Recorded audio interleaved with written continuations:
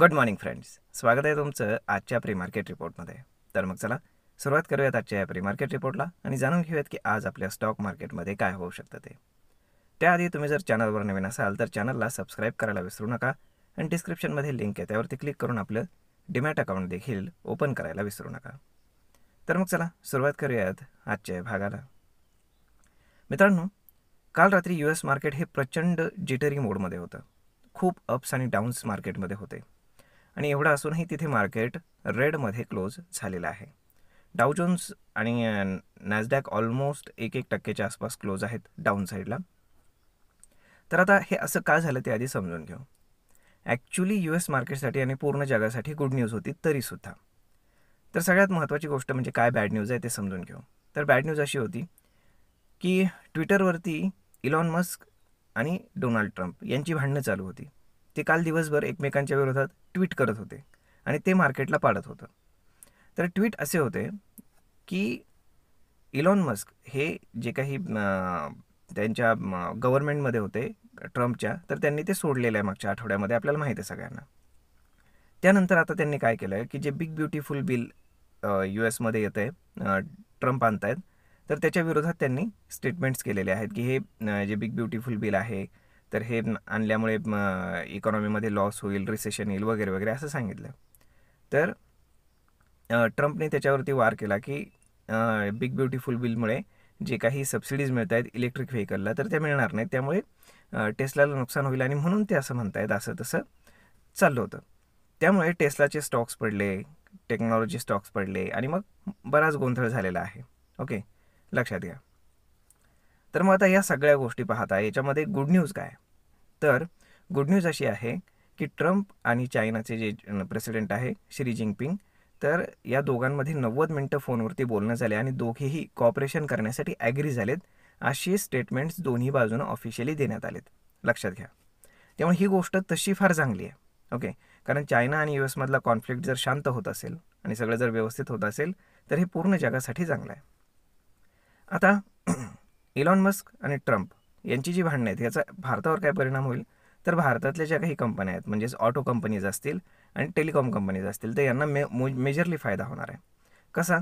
तर ट्रम्पच्या प्रेशरमुळे Elon मस्कसाठी Bharat red carpet जे अंथरत होता की तुम्ही इलेक्ट्रिक व्हेकल बनवा, आम्ही तुम्हाला सबसिडी देऊ, त्यानंतर तुम्ही जे काही सॅटेलाईट इंटरनेट आहे त्याच्यासाठी अगदी चीपमध्ये आम्ही तुम्हाला लायसन्स देऊ वगैरे वगैरे बऱ्याच गोष्टी चालल्या होत्या. परंतु साहजिकच आहे तिथे त्या दोघांची भांडणं होत असतील तर इकडनं मग यांनी रिस्पॉन्स देण्याचा काहीच प्रश्न येत नाही. ओके, त्यामुळे ज्या लोकल कंपनीज आहेत लाईक रिलायन्स असेल, एअरटेल असेल आणि इकडे ज्या काही ऑटो कंपनीज आहेत तर याच्यामध्ये आपल्याला एक बूस्ट पाहायला मिळण्याची पॉसिबिलिटी आहे. आता जर आपण पूर्ण जगातले जर मार्केट्स पाहिले तर एशियन मार्केट्स ऑलमोस्ट मिक्स आहेत आणि ग्लोबल सिनॅरिओ जो आहे तो थोडासा कन्फ्युजिंग आहे. आज आपल्याकडे फार मोठा इव्हेंट आहे. आपल्याकडे 10 वाजता RBIची पॉलिसी सुरू होणार आहे मीटिंग. त्यानंतर 10:30च्या आसपास जे रेट कट्स होणार आहेत तर त्याच्या संदर्भातली माहिती येणार आहे. ओके, तर मोस्टली मार्केट अँटिसिपेट करते की 25 बेसिस पॉईंट रेट कट होईल. 25 बेसिस पॉईंट रेट कट जर झाला तर मे बी मार्केट थोडंसं स्पाइकअप करून मग थोडंसं शांत होण्याची पॉसिबिलिटी आहे. जर 50 पॉईंट बेसिस जर रेट कट झाला तर मार्केट अगदी ओव्हरशूट करेल आणि जर रेट कट झालाच नाही तर मग मात्र मार्केट ब्रेकडाऊन करेल अशी पॉसिबिलिटी आहे. आता हे झालं शॉर्ट टर्मसाठी किंवा ट्रेडिंगसाठी, ट्रेडिंग रेंजसाठी. परंतु जर आपण लॉंग टर्म इम्प्लिकेशन जर या गोष्टीचं पाहिलं तर इंटरेस्ट रेट कट होणं ही तशी काही फार चांगली गोष्ट नाही आहे आपल्या इकॉनॉमीसाठी आणि बँकिंग सेक्टरसाठी सुद्धा.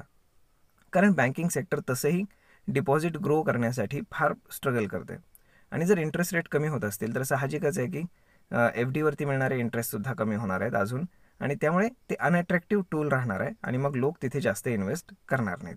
ओके, म्हणजेच काय की एकंदर जर आपण पाहिलं तर ते एक अनअट्रॅक्टिव्ह इन्व्हेस्टमेंट होणार आहे आणि याचा तोटा हा बँकांनाच होणार आहे.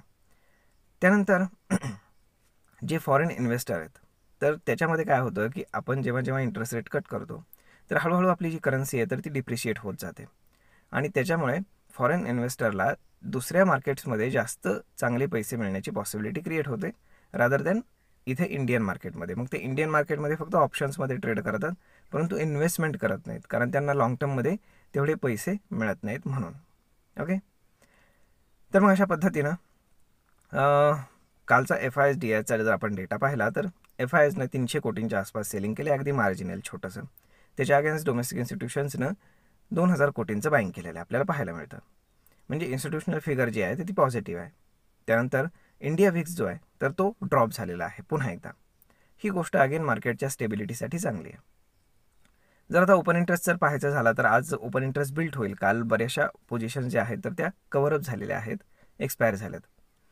आणि जे प्रोप्रायटरी ट्रेडर्स होते जे काल बेरिश होते, FIS बेरिश होते, तर त्यातले प्रोप्रायटरी ट्रेडर्स हे अगदी न्यूट्रल झोनवरती आलेले आहेत. त्यांनी त्यांच्या बेरिश पोझिशन्स कमी केल्यात, परंतु FISनं मात्र बेरिश पोझिशन्स तशाच ठेवलेल्या आहेत. म्हणजेच काय, जर खूप चांगला जर काही मीटिंग जर राहिली तर मार्केटमध्ये शॉर्ट कवरिंग होऊ शकतं, अदरवाईज पॉसिबिलिटी तशी कमी आहे. आता कालही आपण पाहिलं की मार्केटमध्ये एकदम जिटरी मोड होता. अगदी मार्केट 24,900पर्यंत गेलं होतं. तिथनं पुन्हा ब्रेकडाऊन झालं, बऱ्याच गोष्टी घडल्या. परंतु एक्सपायरीच्या दिवशी असा प्ले होत असतो रेंज बाउंडमध्ये. ओके, तर आय होप अशा पद्धतीनं जर आता आपण गिफ्ट निफ्टी पाहिलं तर मार्केट अगदी मार्जिनली 20 ते 30 पॉईंट गॅप डाऊन ओपन होते असं दाखवते. म्हणजेच काय, फार काही ॲक्शन सुरुवातीला नाही आहे, परंतु आज मात्र ॲक्शन हे 10 नंतर चालू होईल. 10, 10:30 नंतर ॲक्शन मार्केटमध्ये बऱ्यापैकी चालू होईल. तर मग पाहूयात काय घडतं ते. आय होप तुम्हाला हा व्हिडिओ, ही माहिती नक्कीच ट्रेड आणि इन्व्हेस्टमेंट करण्यासाठी उपयोगी पडत असेल. जर हा व्हिडिओ तुम्हाला आवडला असेल तर आपल्या जवळच्या मित्रमंडळींसोबत देखील हा व्हिडिओ तुम्ही शेअर करायला विसरू नका. धन्यवाद.